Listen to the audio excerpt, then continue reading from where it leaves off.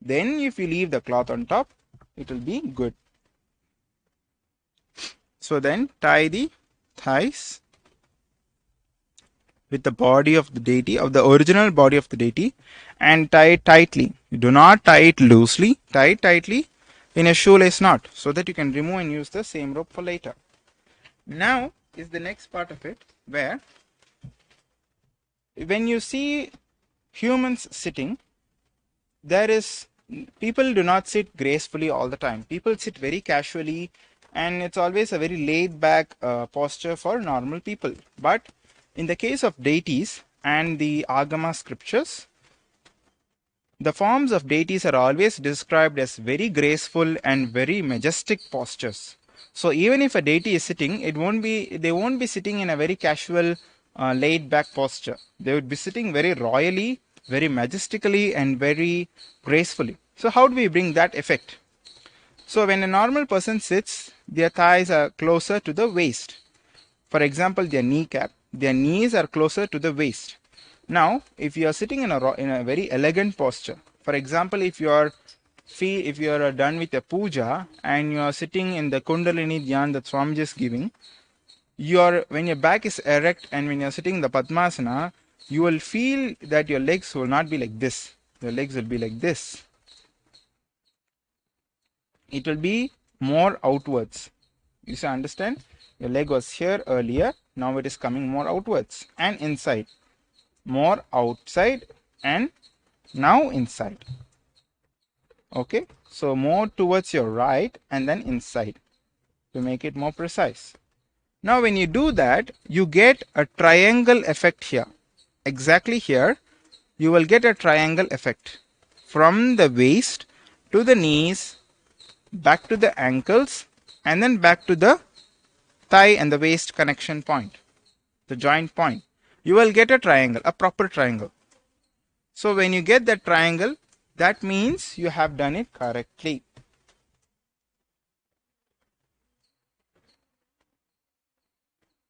And now, how do we tie this part? See, we can't leave the leg just to be sitting there. It won't sit. It will move back. Its tendency is to move back, but we need to bring it here. So what do we do for that? Is we tie it back towards here. See, you do not tie it here. You tie it here. Okay. And here you tie and you take it under the thighs. Do not take it above the thighs. Take it under the thighs and tie it to the same rope with which you have tied the thighs to the waist. So you get a proper triangle effect. Now the leg will stand. It will not move. Now if you try to move, it won't go. It will stay. And you again get the triangle effect. This triangle effect.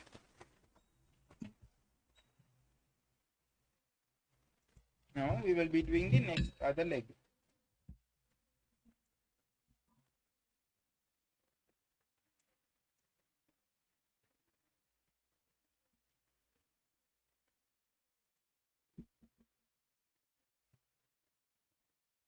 And there are various sitting postures of deities that we can find. It's not just that always we need to only sit in Sukhasana or Padmasana, the same postures, but there are various postures that you can describe the scenery that is happening.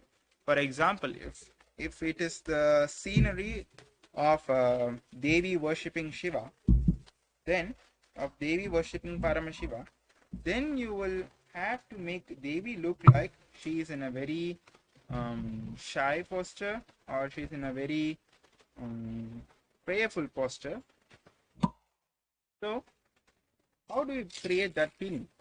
Then Devi won't be sitting like this. She won't surely be sitting in a Sukhasana or a Padmasana. She will be sitting in a very shy posture. So, but she'll be sitting. So sitting doesn't just mean that it is one posture where you sit with your both legs folded. It can mean many other postures too.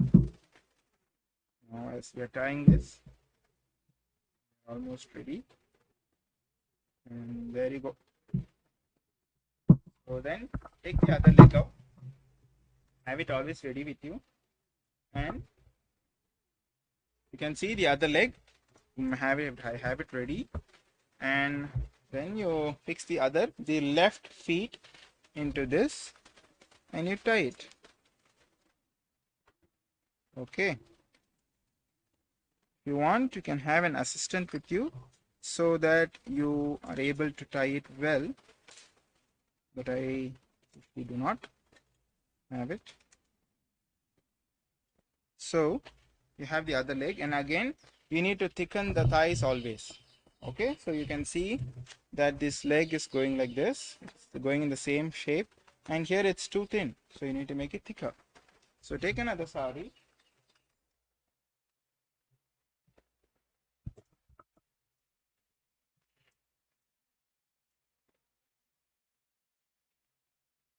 And as I was telling yesterday, please remember to use old saris so that you can maintain a very good usage of your old saris. The deity's old saris. Do not use your old saris. Please do not use your old saris. They are not to be used for deities. And now you go on rotating.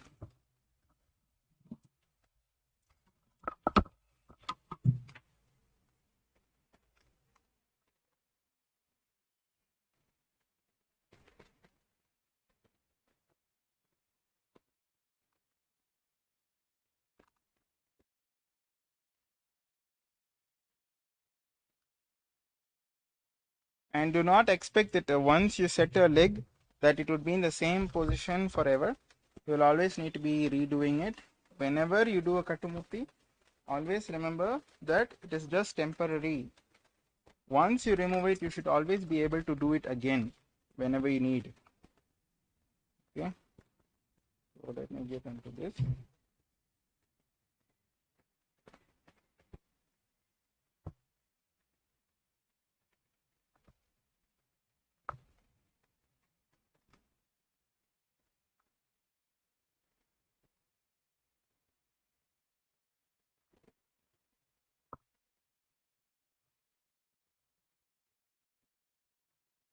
And there you go. You have come to the thigh now. Once you come to the thigh, you have to again rotate it twice or thrice.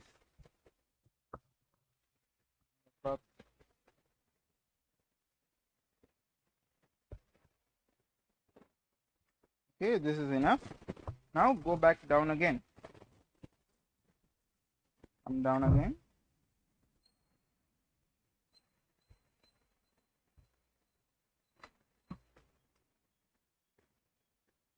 Remember to do it tightly. Don't do it loosely. If you do it loosely, then unfortunately you will have to miss on the firmness and stiffness, which will again that will make it that you will have to redo the Kattumurti. Now we are ready with the leg, the other leg. So again the same rule, put it through. Yeah. Okay.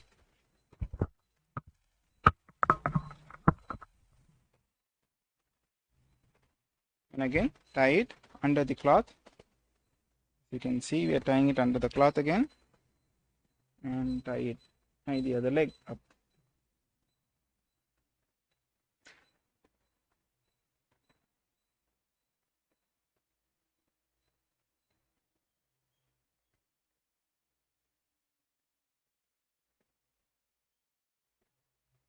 Okay, and now again bring it out towards the left and inside.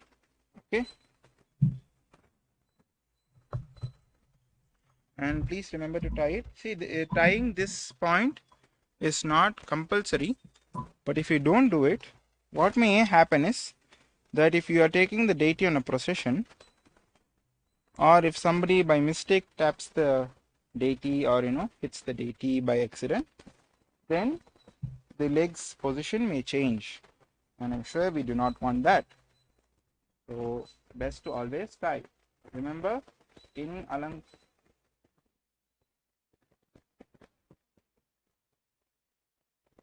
please remember that in Alankaram, the best thing to do is to always tie anything, whether it's the flowers or whether it's the sticks or whether it's the leg or the jewels or anything. Make sure you always tie it so that nothing falls down. So As I was telling you, both the sticks, if you can look very closely, both the sticks have come to an equal length. Now, if I remove the stick, what will happen? Let's see. Legs will stand. But as I go on putting the flowers, this will start falling down. This will start falling down. And what will happen is, when you look from down, you won't be able to see the thighs. You will only be able to see up to the calf muscles to the knees. So, when we give the support of the stick here,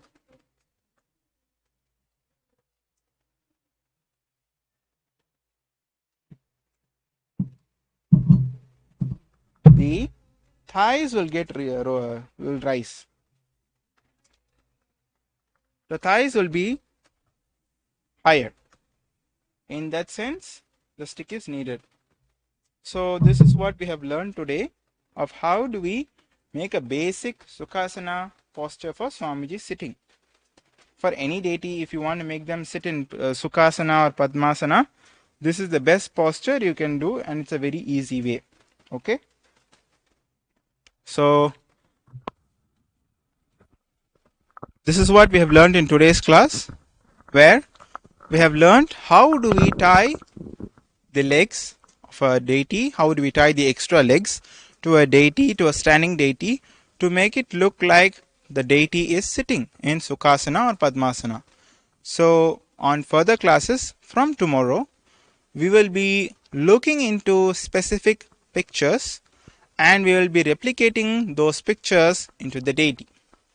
So by doing that, it becomes a very easy method, where when we always start, as Swamiji has taught us, that when you use a reference picture and you follow that picture dicto, every single inch, when you follow according to that picture, then you will be able to grasp the science of Kattumurti, and within some time, if any picture is given to you, or you create a picture in your head of how you want it to be, you will be able to replicate it easily on the deity.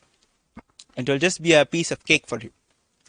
So this is what we have learned today. How do we make Swamiji sit in Sukhasana?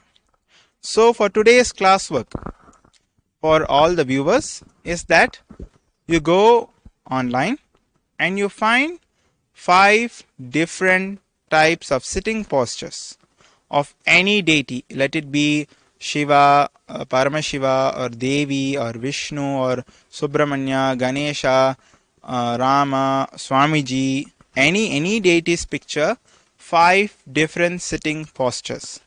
Now we have done the Sukhasana or the Ardha Padmasana, and you can go on to finding various different pictures. For example, we have the Tapas Kamakshi deity in Ekambareshwar temple in Kanchipuram, and that deity is sitting in an embracing posture with the Shivalinga. And for example, our Nithyanandeshwara, he is sitting with one leg hanging down and one leg folded. So these are various different postures that you can find, and any deity's 5 pictures, you name them with the posture that they are sitting in, and you will tag it with the Kattumurti Alankaram series and Kailasa.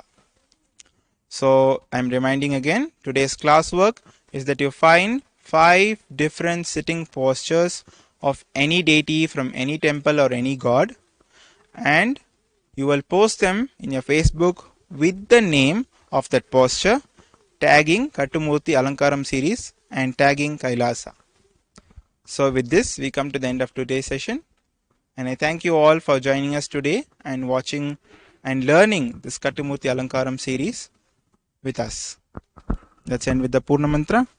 Om Purnamadah Purnamidam Purnat Purnamudachyate Purnasya Purnamataya Purnameva Vasishyate. Om Shanti Shanti Shantihi. Harihi Om Tat Sat. Sarvam Bhagavat Sri